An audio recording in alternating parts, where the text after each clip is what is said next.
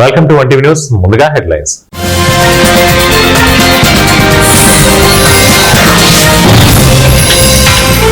అమెరికాలో tick talk సేవలు చైనాతో కీలక డీల్ కుదిరింది. ట్రంప్ ప్రకటన.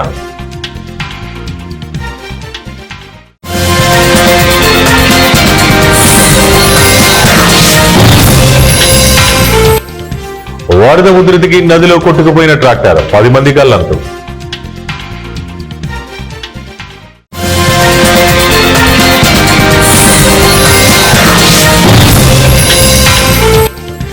రెవెన్యూలో టెక్నాలజీ సమగ్రంగా అమలు చేయండి. సీఎం చంద్రబాబు.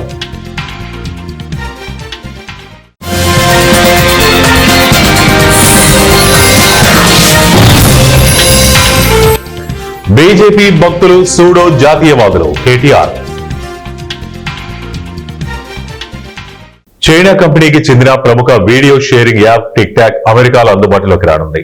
టిక్ టాక్ విషయంలో చైనాతో అమెరికాకు కీలక ఒప్పందం కుదిరింది. టిక్ టాక్ యాజమాన్య హక్కులపై అమెరికా చైనా మధ్య ముసాయిదా ఒప్పందం కుదిరినట్లు యుఎస్ ఆర్థిక మంత్రి స్కాట్ బీసెంట్ ప్రకటించారు. స్పెయిన్ వేదికగా ఇరు దేశాల మధ్య జరిగిన చర్చల అనంతరం ఆయన మీడియాతో మాట్లాడారు. తుది ఒప్పందం ఖరారుకు అధ్యక్షుడు ట్రంప్, చైనా అధ్యక్షుడు జిన్పింగ్ సంభాషించుకున్నట్లు తెలిపారు. మరోవైపు టిక్ టాక్ పునరుద్ధరణపై చైనా అధికారులతో అమెరికా అధికారులు జరిపిన చర్చలు సఫలమయ్యాయని ట్రూత్ సోషల్ వేదికగా ట్రంప్ వెల్లడించారు. త్వరలో తమ దేశంలో టిక్ టాక్ కార్యకలాపాలు మళ్లీ ప్రారంభమవుతాయని పేర్కొన్నారు. టిక్ టాక్ మళ్లీ వస్తే అమెరికా యువత చాలా సంతోషిస్తుందని అధ్యక్షుడు కామెంట్ చేశారు. ఉత్తరాఖండ్ లోని డెహ్రాడూన్ లో క్లౌడ్ బస్టర్ సంభవించిన విషయం తెలిసిందే. సోమవారం రాత్రి నుంచి కురుస్తున్న భారీ వర్షానికి నదులు, వాగులు, వంకలు ఉప్పొంగి ప్రవహిస్తున్నాయి. ఈ క్రమంలో ఉధృతంగా ప్రవహిస్తున్న ఓ నదిలో 10 మంది కూలీలు కొట్టుకుపోయారు. భారీ వర్షాలకు డెహ్రాడూన్ లోని టాన్స్ నది ఉప్పొంగి ప్రవహిస్తోంది. అదే సమయంలో అటుగా వస్తున్న ఓ ట్రాక్టర్ నదిలో చిక్కుకుపోయింది. వరద ప్రవాహం పెరగడంతో కొట్టుకుపోయింది. అందులోని 10 మంది కూలీలు కూడా గల్లంతయ్యారు. సమాచారం అందుకున్న రెస్క్యూ టీం హుటాహుటిన అక్కడికి చేరుకుని గల్లంతైన వారి కోసం గాలింపు చర్యలు చేపడుతోంది.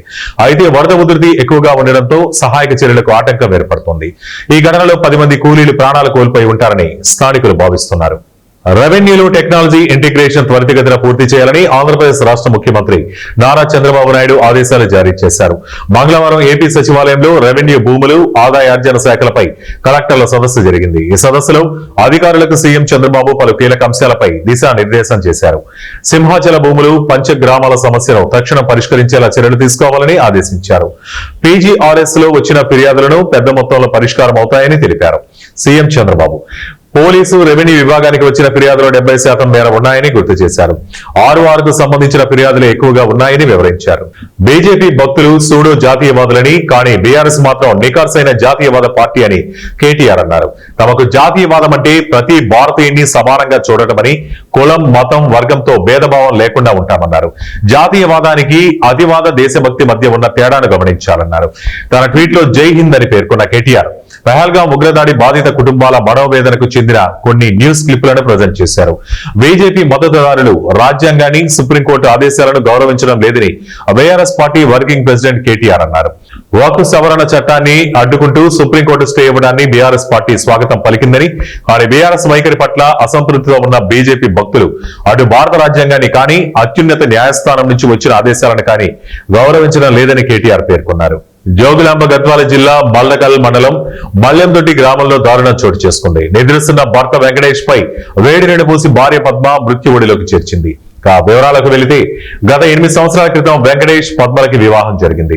వీరికి 3 సంతానం. వీరి వివాహం అనంతరం భార్యాభర్తలు తరచుగా గొడవ పడేవారని, చివరికి నెల 11వ తేదీ నిద్రిస్తున్న భర్త వెంకటేష్ పై భార్య పద్మ మర్లుతున్న నూనె పోసింది. వెంకటేష్ తీవ్ర గాయాలతో బాధపడుతుండగా చుట్టుపక్కల వారు గద్వాల ఏరియా ఆసుపత్రికి తరలించగా పరిస్థితి విషమించడంతో డాక్టర్లు కర్నూలు ఆసుపత్రికి పంపించారు. చికిత్స పొందుతూ వెంకటేష్ మరణించాడు. భార్య పద్మను పోలీసులు అదుపులోకి తీసుకుని విచారణ అనంతరం పద్మను రిమాండ్కి తరలిస్తున్నట్లు సర్కిల్ ఇన్స్పెక్టర్ టంగుటూరు శ్రీనివాసులు తెలిపారు. ఈ నెల 10వ తారీఖు మల్లకల్ మండలం మల్లెందొడ్డి విలేజ్లో భార్యాభర్తలు ఉండేది. వాళ్ళు వ్యవసాయం పని చేసుకుని జీవిస్తారు. భర్త పేరు వెంకటేష్, భార్య పేరు పద్మం. వీళ్ళకి ఒక 8 years బ్యాక్ పెళ్ళైంది. వీళ్ళకి 2 ఆడపిల్లలు, ఒక మగ పిల్లడు ఉండే. వీళ్ళొక సంసారం విషయంలో ఒక 4 years నుంచి చిన్న గొడవలు అయితే జరుగుతుంది. ఈ విషయంలో పలుమార్లు పెద్దలు కూడా పరిష్కారం చేసి పంపించారు, ఇద్దరు సెట్ చేశారు. బట్ అదేవిధంగా 10వ తారీఖు కూడా ఇదే విధంగా వీళ్ళిద్దరు గొడవ పడ్డారు. గొడవ పడిన తర్వాత లోకల్ సర్పంచ్ దగ్గరికి వెళ్ళడం జరిగింది. సర్పంచ్ గారు సరే ఇప్పుడు లేట్ నైట్ అయింది కదా, పొద్దున్నే మాట్లాడదాం ఏమైనా ఉంటే ఇప్పుడు ఎందుకని చెప్పేసి పంపించడం జరిగింది. ఇంట్లోకి వెళ్ళిన వాళ్ళిద్దరు భార్యాభర్తలు, ఒకటే చిన్న రూమ్ ఉంది, ఆ రూమ్లో ఇద్దరు భార్యాభర్తలు వాళ్ళ ముగ్గురు పిల్లలు పడుకొని ఉన్నారు. ఒక చిన్న పాప ఈ హస్బెండ్ వెంకటేష్ దగ్గర పడుకుని ఉండే, మిగతా ఇద్దరు పిల్లలతోటి తల్లి పడుకుని ఉంది. తెల్లారుదాం 5 గంటలకి భార్య మరి నైట్ నన్ను కొట్టిండు అనేది మనసులో పెట్టుకొని నైట్ తెల్లారుదాం లేసేసి నిద్రలేసి ఇంట్లో ఉన్న ఆయిల్, వంట నూనె ఉపయోగించే ఆయిల్ని బాగా అక్కడే ఉన్న స్టవ్ మీదనే బాగా వేడి చేసింది. బాగా వేడైన తర్వాత పక్కలో ఉన్న చిన్న పాపను తీసి వేరే పక్కన పడుకోండి, హస్బెండ్ నిద్రపోయే హస్బెండ్ మీద దుప్పటి తీసేసి డైరెక్ట్ ఒకేసారి ఆ ఉన్న ఆయిల్ మొత్తం ఒక 1.5 లీటర్ నియర్లీ ఆయిల్ మొత్తం భర్త మొహం మీద గుమ్మరించడం జరిగింది. దానివల్ల అతను విపరీతమైన నొప్పితోటి బయటికి పరిగెత్తి ఇట్లా ఆయిల్ పోసిందని చెప్పడం జరిగింది. ఆ లోకల్లో ఉన్న వాళ్ళ తమ్ముడు వాళ్ళందరూ, వాళ్ళ పెదనాన్న కొడుకు వాళ్ళందరూ కర్నూలు మనం గద్వాల ఏరియా హాస్పిటల్ తీసుకొచ్చిండ్రు. ఇక్కడికి వచ్చిన తర్వాత అతనికి ఉన్న గాయాల తీవ్రత దృష్ట్యా కర్నూలు హాస్పిటల్కి షిఫ్ట్ చేయడం జరిగింది. ఈలోపు మేము ఆమెను అదుపులో తీసుకోవడం జరిగింది. ఆమెను విచారించిన తర్వాత ఆమె కూడా యాక్సెప్ట్ చేయడం జరిగింది. అవును సార్, నన్ను ఊరికి నైట్ ప్రతిరోజు కొడుతున్నాను, నేను అంత ఇష్యూ కాలేదని నేను వీటిని కావాలని నేను ఆయిల్ మీద పోసినాను, ఆమె కూడా యాక్సెప్ట్ చేయడం జరిగింది. ఈ విషయాన్ని యాక్సెప్ట్ చేసిన తర్వాత 12వ రోజు మేము అరెస్ట్ చేసి సంబంధిత సెక్షన్ ప్రకారం రిమాండ్ చేయడం జరిగింది. చేసిన తర్వాత అతను ట్రీట్మెంట్ తీసుకుంటూ నిన్న సాయంత్రం అతను చనిపోయిందని మాకు హాస్పిటల్కి ఇంటిమేషన్ వచ్చింది. దీని మీద సెక్షన్ 302 ఆర్డర్ చేసి ఫర్దర్ ఆమెని మళ్ళీ కస్టడీలోకి తీసుకొని చట్ట ప్రకారం యాక్షన్ తీసుకోవడం జరుగుతుంది. వేరే కారణాలు ఇల్లీగల్ ఎఫెక్ట్స్ లాంటివి అయితే ఏం లేవు, ఓన్లీ వాళ్ళ మధ్య ఉన్న చిన్న డిస్ప్యూట్స్. కామారెడ్డి జిల్లా బాన్సువాడ పట్టణంలోని ఆర్టీసీ బస్టాండ్తో పాటు పట్టణంలోని సాయి కృపా నగర్ లో గల ఎస్టీ బాలుర కళాశాల వసతి గృహంలో జిల్లా ఎస్పీ రాజేష్ చంద్ర ఆదేశాల మేరకు పోలీస్ కళా బృందం వారికి షీ టీం రోడ్డు ప్రమాదాలు, మాదక ద్రవ్యాలు, సైబర్ నేరాలపై అవగాహన కల్పించారు. ఈ సందర్భంగా పోలీసు కళా బృందం మాటల రూపంలో విద్యార్థులకు అర్థమయ్యే రీతిలో అవగాహన కల్పించారు.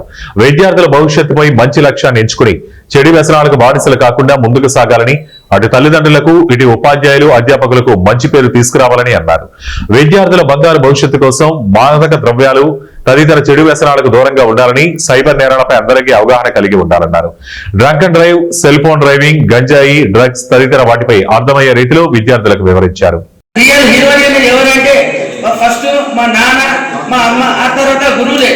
గురు బ్రహ్మ గురు విష్ణు గురు దేవో మహేశ్వర గురు సాక్షాత్ పరబ్రహ్మ తస్మై శ్రీ గురువే నమః. అమ్మే మనకు జీవితాన్ని పంచింది, అమ్మను కూడా మనం మోసం చేయదు తల్లిదండ్రులు. అదేవిధంగా చెప్పాలంటే ఈ జాబ్ రావడానికి ముందుగా నేను ప్రూఫ్ రాసిన అంటే 5 లక్షల చిల్లర మందిలో కూడా రాయగానే ప్రిలిమ్స్ క్వాలిఫై, మెయిన్స్ రాసిన. మెయిన్స్ ఏంటంటే 31,383 మందిలో నేను కూడా ఉన్నా. మళ్ళీ ఇప్పుడు ఏమన్నా సుప్రీంకోర్టు గుడ్ న్యూస్ ఇచ్చి నాన్న ఎవరైతే ప్రిలిమ్స్ క్వాలిఫైడ్ అయినా వాళ్ళు మళ్ళీ ఇంకా గ్రూప్ 1 రాసుకోవాలి. నా మనస్ఫూర్తిగా చెప్తున్నా, ఈ ఉన్న పోలీసు బృందాల యొక్క సాక్షిగా నేను మళ్ళీ ఇంకా కష్టపడతా. నాకు ఈ జాబ్ వచ్చినా సంతోషంగా, దీనికన్నా నేను ఉన్నత స్థాయికి ఎదగాలని నేను కోరుకుంటున్నా. అదేవిధంగా మిమ్మల్ని కూడా నేను ఒక తండ్రిలాగా భావిస్తున్నా. అంతేగాని మార్గంలో నడుస్తూ అమ్మాయిల జోలికి పోవద్దు, నవ్వులు అవి అనుకుంటా ఆత్మహత్యలు చేసుకోకుండా మీ అమ్మ నాన్న పేరు నిలబెట్టాలి. అదేవిధంగా గురువు గారికి ఈరోజు ఈ హాస్టల్కి వచ్చి ఈ స్టూడెంట్స్ ని తెలియపరిచేది ఏంటంటే గంజాయికి అలవాటు పడకండి, అదొక వ్యసనం, బీడీ సిగరెట్ మందు టైప్ మీ ఏకాగ్రతను దెబ్బతీస్తుంది. సో మేము ఒకవేళ మీ పైన కేసు కడితే మీ జీవితం నాశనం అవుతుంది. 27 NDPS యాక్ట్ బాగా కఠినంగా ఉంటుంది, చాలా కఠినంగా ఉంటుంది. ఒక్కసారి కేసు హెడ్ కానిస్టేబుల్ గారు చెప్పినట్టు ఒకసారి మీ ఆధార్ కార్డ్ లింక్ అయితే మీరు ఎక్కడెక్కడ క్రైమ్ చేస్తారు, ఏ మూమెంట్ లో ప్రతిదీ ట్రాక్ చేయొచ్చు. కాబట్టి మీరు ఆ జోలికి పోకండి, చదువుపైన దృష్టి పెట్టండి. మీ యొక్క వార్డన్ని మీరు ఏది జరిగినా మాకు ఇన్ఫర్మేషన్ ఉంటుంది, గుర్తుపెట్టుకోండి. రమేష్ సారే చెప్పే అవసరం లేదు, మాకు బయట టీంలు షీ టీం ఉంటుంది, ఇంటెలిజెన్స్ టీం ఉంటుంది. కాబట్టి చదువుకోండి. ముఖ్యంగా మత్తు పదార్థాలు ఏది అలవాటు చేసుకోకండి. ఉమ్మడి పశ్చిమ గోదావరి జిల్లాలో అక్రమంగా తొలగించిన వివోఏలను వెంటనే విధుల్లోకి తీసుకోవాలని, వివోఏల ఆన్లైన్ వర్క్ల పేరుతో వేధింపులు ఆపాలని, ఇతర సమస్యలు పరిష్కరించాలని కోరుతూ ఏపీ తెలుగు వివోఏ ఉద్యోగుల సంఘం సిఐటి ఆధ్వర్యంలో జిల్లా కలెక్టరేట్ వద్ద ధర్నా నిర్వహించారు. అన్యాయంగా తొలగించిన బీఓఏలను వెంటనే విధుల్లోకి తీసుకోవాలని, ఉద్యోగ భద్రత కల్పించాలని, 3 నెలల వేతన బకాయిలు తక్షణమే చెల్లించాలని, బీఓఏలకు గ్రూప్ ఇన్సూరెన్స్ సౌకర్యం కల్పించాలని పెద్దపెట్టున నిర్వహించారు. యూనియన్ జిల్లా అధ్యక్షులు నాగలక్ష్మి అధ్యక్షతన జరిగిన ధర్నాలో సిఐటియు జిల్లా ప్రధాన కార్యదర్శి డిఎన్విడి ప్రసాద్, యూనియన్ జిల్లా కార్యదర్శి షేక్ సుభాషిణిలు మాట్లాడుతూ నూతన ప్రభుత్వం వచ్చిన తర్వాత ఎప్పటి నుండో విధులు నిర్వర్తిస్తున్న బీఓఏలను రాజకీయ వేధింపులకు గురి చేస్తూ తొలగించారని ఆవేదన వ్యక్తం చేశారు. తొలగించిన వారిని వెంటనే విధుల్లోకి తీసుకోవాలని విజ్ఞప్తి చేశారు. అనేక చోట్ల బీఓఏలను 3 సంవత్సరాల కాల పరిమితి సర్కులర్ రద్దు చేయాలని డిమాండ్ చేశారు. గత 3 నెలలుగా వేతనాలు లేక బీఓఏలు తీవ్ర ఇబ్బందులు ఎదుర్కొంటున్నారని, తక్షణమే వేతన బకాయిలు చెల్లించాలని డిమాండ్ చేశారు.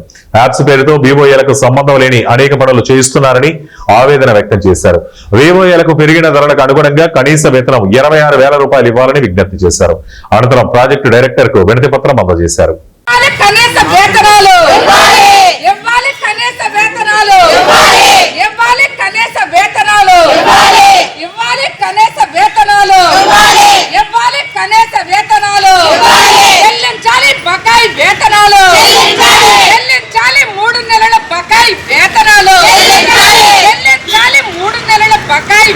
సంఘం జిల్లా కార్యదర్శి ఈ రోజున సిఐటి ఆధ్వర్యంలో బీఓఏల ధర్నా కలెక్టరేట్ వద్ద నిర్వహించడం జరిగింది. దీని ముఖ్య ఉద్దేశం ఈ రోజున ఆన్లైన్ వర్కులతో ప్రభుత్వం ఇక్కడ ఉన్నటువంటి డిఆర్డిఏ మరి ఈ రోజున పెద్ద ఎత్తున ఆన్లైన్ వర్కులు అయితే చేయించుకుంటున్నారు, కానీ వివోఏలకు కలిసి వచ్చేది ఏ మాత్రం కూడా లేదు. దీనివల్ల చాలా వివోఏలు చాలా ఇబ్బందులు ఎదుర్కొంటూ ఉన్నారు.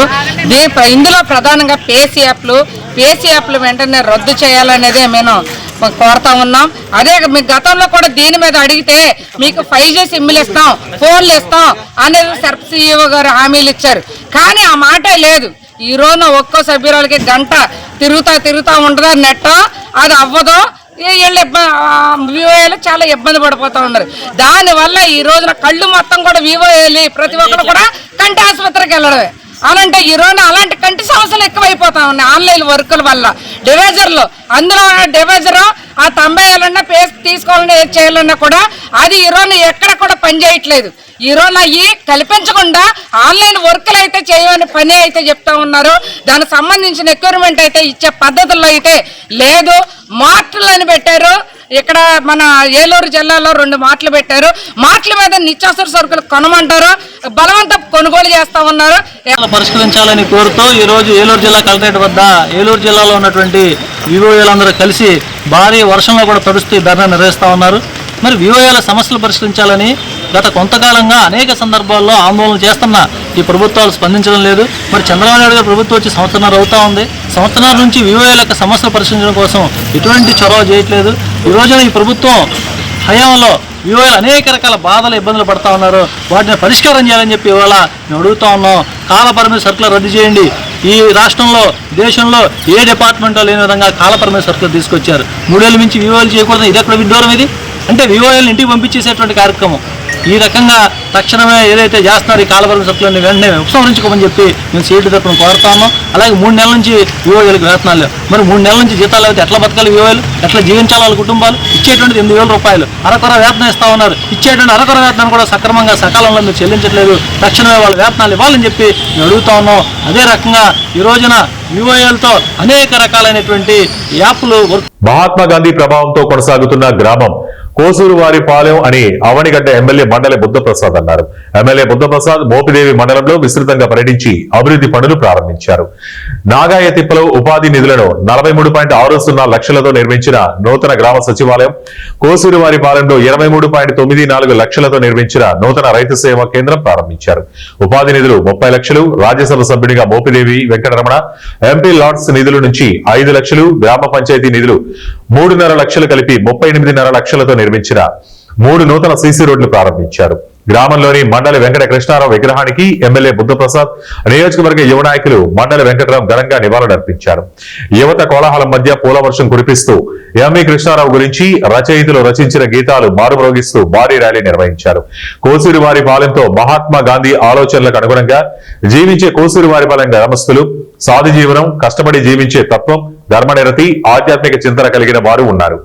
మహాత్మా గాంధీ పిలుపు మేరకు ఖద్దరు ఉధృతి వినియోగంలోనూ ఈ గ్రామం పూర్వమే ఆదర్శంగా నిలిచిందన్నారు. ఇక్కడి ప్రజాప్రతినిధులు అక్రమార్జన గురించి ఆలోచన లేనివారు అన్నారు. అందరి శ్రేయస్సు ఆకాంక్షించి ఈ గ్రామ పెద్దల బాటలో నేటి తరం యువత రేపటి భవిత కోసం నాటి మహోన్నత వ్యక్తిత్వ వారసత్వాన్ని కొనసాగించాలని పిలుపునిచ్చారు. తన తండ్రి మండలి వెంకట కృష్ణారావు నుంచి నేటి వరకు తనకు అండగా నిలుస్తున్న గ్రామాల్లో కోసూరు వారిపాలెం ఒకటి అన్నారు. ఈ గ్రామాభివృద్ధికి అనునిత్యం కృషి చేస్తామన్నారు. ఈ సందర్భంగా అతిథులను శత జయంతి ఉత్సవ కమిటీ ప్రతినిధులు సత్కరించారు. స్వర్గీయ కోసూరు గోపాలకృష్ణమూర్తి, లక్ష్మీకాంతమ్మ దంపతుల జ్ఞాపకార్థం వారి కుమారులు కోసూరి అంజయ్య, వెంకటేశ్వరరావు, రవీంద్రరావు లక్ష విలువైన మార్చురీ బాక్సును ఎమ్మెల్యే చేతుల మీదుగా గ్రామ పంచాయతీకి అప్పగించారు. వ్యవసాయ శాఖ ఆధ్వర్యంలో రైతుకు సబ్సిడీపై డ్రోన్లు అందజేశారు. పెద్ద పోరాటంలో ఇక్కడ చాలా సంఘటన చిన్నప్పుడు చెప్పేవారు. కోసూరు పరశురాయి గారు, కోసూరు శ్రీనివాసరావు గారు రంగం నాటకం వేశారని, ఇవన్నీ గొడవలు చాలా ఉంది, కొట్లాటలు ఇవన్నీ ఉందని. అయితే ఒకటి ఏంటంటే, ఏది ఎలా ఉన్నా ఒక సాధు జీవనం ఎవరైనా ఉన్నారంటే కోసూరు పాలన చెప్తారు.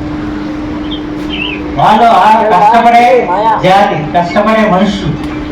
కేవలం కాయగూరలు పండించి ఈ తోటల మీద అహోరాత్రాలు శ్రమించి తమ కష్టార్జనతో జీవనం చేసేవాళ్ళు.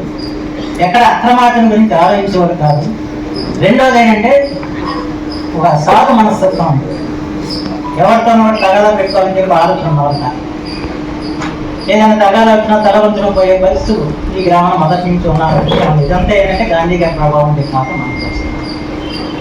ఈ ప్రభావంతో మండల వెంకటేశ్వరరావు గారు రాజకీయాల్లో నిలదొక్కుకోవడానికి కానివ్వండి, ఆయన ఆ స్థాయికి ఎదగడానికి కానివ్వండి, దోహదపడ్డ గ్రామాల్లో కోసూరు పాలన చాలా ముఖ్యమైంది, ప్రాముఖ్యమైంది అన్న విషయంలో ఎటువంటి సందేహం లేదు. ఆ తర్వాత నాకు కూడా ఆ రకంగానే ఆర్డర్ పెట్టిన గ్రామం ఈ గ్రామం. ఇలాగా మా మరికట్టంలో చెప్పే ఆ విషయాలన్నీ అంటే ఈ రోజు కూడా నాకు ఇక్కడ రాజకీయాలతో సంబంధం లేదు. ఈ గ్రామంలో ప్రతి ఒక్కరు కూడా నాకు గౌరవనీయమైన ఇస్తే ఈ గ్రామ అభివృద్ధి నాకు ప్రధానమైన లక్ష్యాలు మాత్రం ఇది నాకు ఎక్కడ తెలిసి ఈ రాజకీయాల్లో ఒకసారి ఒక రకంగా ఎంత ఉంటుందో పెద్ద మనం కనిపెట్టుకోవాల్సిన అవసరం. కానీ యావత్తు గ్రామం, ప్రత్యేకించి ఈ గ్రామస్థ మహిళలు అంతా అభిమానించేవాళ్ళు నేను నాకు ఇంకా కళంతో కనపడుతున్నాయి విషయాలు. ఆ రకంగా అదంతా నా పట్ల అభిమానం చూపినది కేవలం మా నాన్నగారు. మా నాన్నగారు తుది శ్వాస విడిచే వరకు కూడా ఎన్నెంట్లో ఉన్న వాళ్ళు చాలా మంది రోజు చూసే నాన్నరావు గారికి పేర్లు కొద్దిగా మర్చిపోతా వస్తున్నాను. ఎంతోమంది పెద్దలు ఈ ఊరి నుంచి వస్తూ ఉండేవాళ్ళు. చాలా మంది పేరు రాధాకృష్ణ, రాధానంద్, వీళ్ళంతా చాలా మంది పేర్లు ఉన్నాయి. వాళ్ళందరూ వస్తూ ఉండేవాళ్ళు. రోజు నా చిన్నప్పుడు మేము మొట్టమొదటి సంత మార్కెట్ ఇంట్లో ఉన్నప్పుడు కూడా అందరూ కొత్త కోసూరు పాలన పెద్దలు కూర్చుంటాం. ఆ రకంగా అంటే ఈ గ్రామంతో ఒక ప్రత్యేకమైన అనుబంధం ఉంది. ఆ రోజు జీవోద్యోగం అయితే కాలం మారింది. ఇది మాత్రం మనం గుర్తుపెట్టుకోవాలి.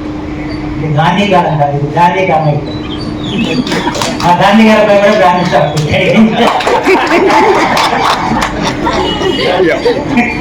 అంటే కాలానుగుణంగా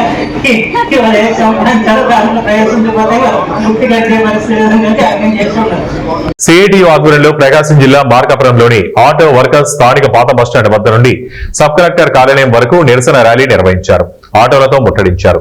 ఆటో వర్కర్స్ ను ఆదుకోవాలని యూనియన్ నాయకులు డిమాండ్ చేశారు. స్త్రీ శక్తి పథకం ద్వారా నష్టపోతున్నామని ఆటో వర్కర్స్ ఆవేదన వ్యక్తం చేశారు. వాహన మిత్ర పథకం ద్వారా 25,000 రూపాయలు ఇవ్వాలని, ప్రైవేట్ ఫైనాన్స్ లో రద్దు చేసి ఆటోలకు బ్యాంకుల ద్వారా రుణాలు మంజూరు చేయాలని, ఆటో వర్కర్స్ కు ప్రభుత్వం సంక్షేమ బోర్డు ఏర్పాటు చేయాలని నిరసన తెలిపి సబ్ కలెక్టర్ కార్యాలయంలోని ఏవోకు వినతి పత్రం అందజేశారు.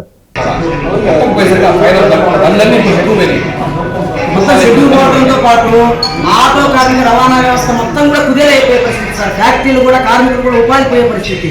మార్కాపురం ఆటో రవాణా కార్మికులు సబ్ కలెక్టర్ కార్యాలయానికి అర్జీ ఇవ్వడం జరిగింది. ఈరోజు ప్రధానమైనటువంటి డిమాండ్ ఒకటే. ఈరోజు వాహన మిత్ర వల్ల 1వ తారీఖు 15,000 రూపాయలు వేస్తామని చెప్తా ఉన్నారు. మాకు అది ముఖ్యం కాదు. వాహన మిత్ర కంటే కూడా ఈరోజు వాళ్ళకు ఉపాధి ఎక్కువ కల్పించాల్సిన అవసరం ఈ ప్రభుత్వం పైన ఉంది. అదేవిధంగా వాహన మిత్ర 25,000 రూపాయలు ఇవ్వాలని చెప్పి మేము డిమాండ్ చేస్తా ఉన్నాం. వారికి సంక్షేమ బోర్డును ఏర్పాటు చేయాలి. ఆ సంక్షేమ బోర్డు వల్ల యాక్సిడెంట్ అయితే ఆ కుటుంబానికి 5 లక్షలు 10 లక్షలు ఎక్స్గ్రే ఇస్తే ఆ కుటుంబం బతికే పరిస్థితి ఉంది. ఆ ఓనర్ కింద చచ్చిపోతే ఆ కుటుంబం వీధిని పడే పరిస్థితి ఉంది. కాబట్టి ప్రభుత్వం ఆలోచించి ఆ విధంగా చర్య తీసుకోవాలని, అదేవిధంగా ప్రైవేట్ ఫైనాన్సుల్ని ఈరోజు పెద్ద ఎత్తున కార్మికులను పీల్చి పిప్పి చేసి వాళ్ళ రక్తం తాగుతూ ఉంది. కాబట్టి వాళ్ళని కంట్రోల్ చేసి ఆ విధంగా ఫైనాన్స్ను కూడా కొంచెం కంట్రోల్ చేసి వాళ్ళ విధంగా ఒత్తిడి చేయకుండా ఆపాల్సినటువంటి ప్రభుత్వం పైన ఉంది. అదేవిధంగా మూడోది, చదువుకున్న మొత్తం కూడా యువత ఉన్నారు. ఆ యువతకు ప్రభుత్వమే బ్యాంకుల ద్వారా మంజూరు చేసి ఆటోలను మంజూరు చేయాలని చెప్పి సందర్భంగా మేము తెలియజేస్తా ఉన్నాం. లేని పక్షంలో, ఈ నెరవేరని పక్షంలో రాష్ట్రంలో పెద్ద ఎత్తున రాష్ట్ర వ్యాప్తంగా ఉద్యమం చెలరేగుద్ది. క్యాంపు కార్యాలయాన్ని కూడా ముట్టడించడం కోసం ఈ ప్రాంతంలో ఆటో కార్మికులు ముందంజలో ఉన్నారు. కాబట్టి దయచేసి మా ఆవేదన అర్థం చేసుకొని మా సమస్యలు పరిష్కరించమని చెప్పి CI2గా మేము విజ్ఞప్తి చేస్తా ఉన్నాం. జయశంకర్ భూపాలపల్లి జిల్లా మాదేవపూర్ మండలంలోని దక్షిణ కాశీగా పేరుగాంచిన ప్రముఖ పవిత్ర పుణ్యక్షేత్రమైన శ్రీ కాళేశ్వర ముక్తేశ్వర స్వామి దేవస్థానం అనుబంధ ఆలయమైన శ్రీ రామాలయంలో గోకులాష్టమి సందర్భంగా విశేష పూజా కార్యక్రమాలు మరియు భగవత అంతర్గత శ్రీకృష్ణ జనన ఘట్టము, పారాయణం మరియు భజన కార్యక్రమాలు ఘనంగా నిర్వహించారు. అనంతరం తీర్థ ప్రసాద వితరణ చేశారు. ఉదయం శ్రీ రామాలయం నుండి ఊరేగింపు సేవ మరియు గోపాలకృష్ణ కాలువలు ఉట్టికొట్టిన కార్యక్రమాలు ఘనంగా నిర్వహించారు. కార్యక్రమంలో ఆలయ కార్యనిర్వహణాధికారి ఎస్ మహేష్, అర్చకులు, సిబ్బంది, భక్తులు, గ్రామస్తులు అధిక సంఖ్యలో పాల్గొన్నారు.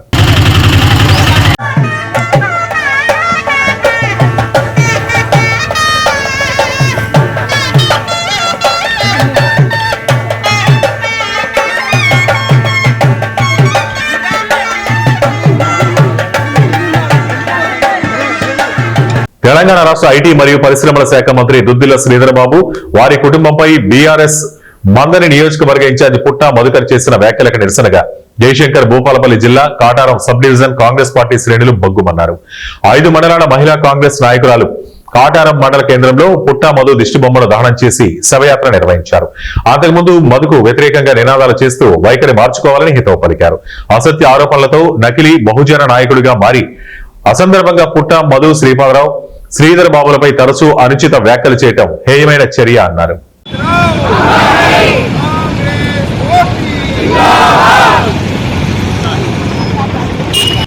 మధు నీచంగా మాట్లాడు, దానికి మేము విమర్శిస్తున్నాము. పుట్టమధు నువ్వు అంటాను భౌతవాది అంటాను. అంబేద్కర్ నాదే అంటాను. అంబేద్కర్ మీ ఇంట్లో పుట్టిండా? అంబేద్కర్ ప్రతి ఒక్కరు అంబేద్కర్ దండేసినాకే ఏం పోయింది? ప్రతి ఒక్కరు అంబేద్కర్. ఎస్సీ, బీసీ, ఎస్టీ అందరికీ అంబేద్కర్ ప్రతి ఒక్కరికి అంబేద్కర్. నువ్వు అంటే అంబేద్కర్ చేసే జాడలు నడుస్తానవా నువ్వు? అని ఎట్లా చేస్తాను? నడుస్తానవా? ప్రతి ఒక్కరిని తిట్టుడు ఇదేనా నీ తిట్టుడు? శ్రీధర్ బాబు సార్ ఇప్పుడు మేము తిట్టాలంటే మాకు ఒక్క నిమిషం పట్టది, కానీ మా సంస్కారం మా శ్రీధర్ బాబు సార్ మాకు అట్లా నేర్పలేదు కాబట్టి మేము తిట్టలేము. మాకు తిట్టామంటే ఇప్పుడు తిడతాం మేము. నీది ఏంటంటే నీకు బాధ అంటే ఇప్పుడు ఎలక్షన్లు వస్తాయి. ఎలక్షన్లు వస్తే నేను ఓడిపోతా. నువ్వు ప్రజలకు ఏం చేయలేదు. 10 సంవత్సరాలు నువ్వు ఏం చేసినావు? ఒక్క పని చేయలేదు. కాబట్టి నువ్వు భయపడి ఏం చేయాలంటే పుట్టా మధు, నువ్వు పెంచుకలపేటలో అంబేద్కర్ విగ్రహం గురించి నువ్వు మాట్లాడిన తీరును తీవ్రంగా ఖండిస్తున్నాం. దానికి సబ్ డివిజన్ అయిన కాటారం మండల్లో దీన్ని దిష్టిబొమ్మను కూడా దహనం చేయడం జరిగింది.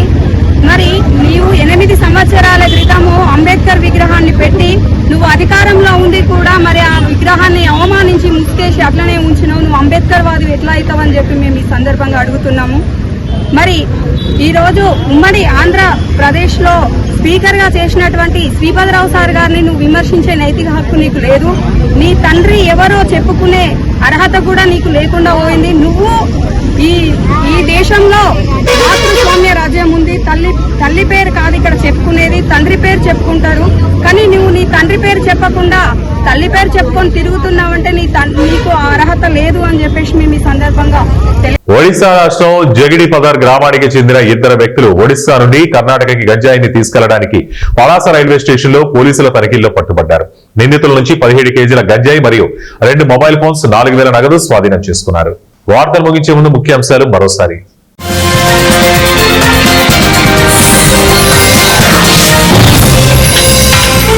అమెరికాలో టిక్ టాక్ సేవలు, చైనాతో కీలక డీల్ కుదిరింది, ట్రంప్ ప్రకటన.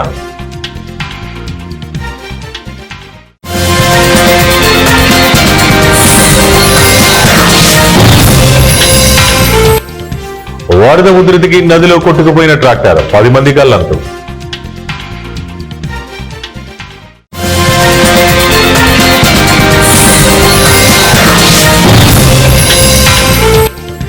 రెవెన్యూలో టెక్నాలజీ సమగ్రంగా అమలు చేయండి సీఎం చంద్రబాబు.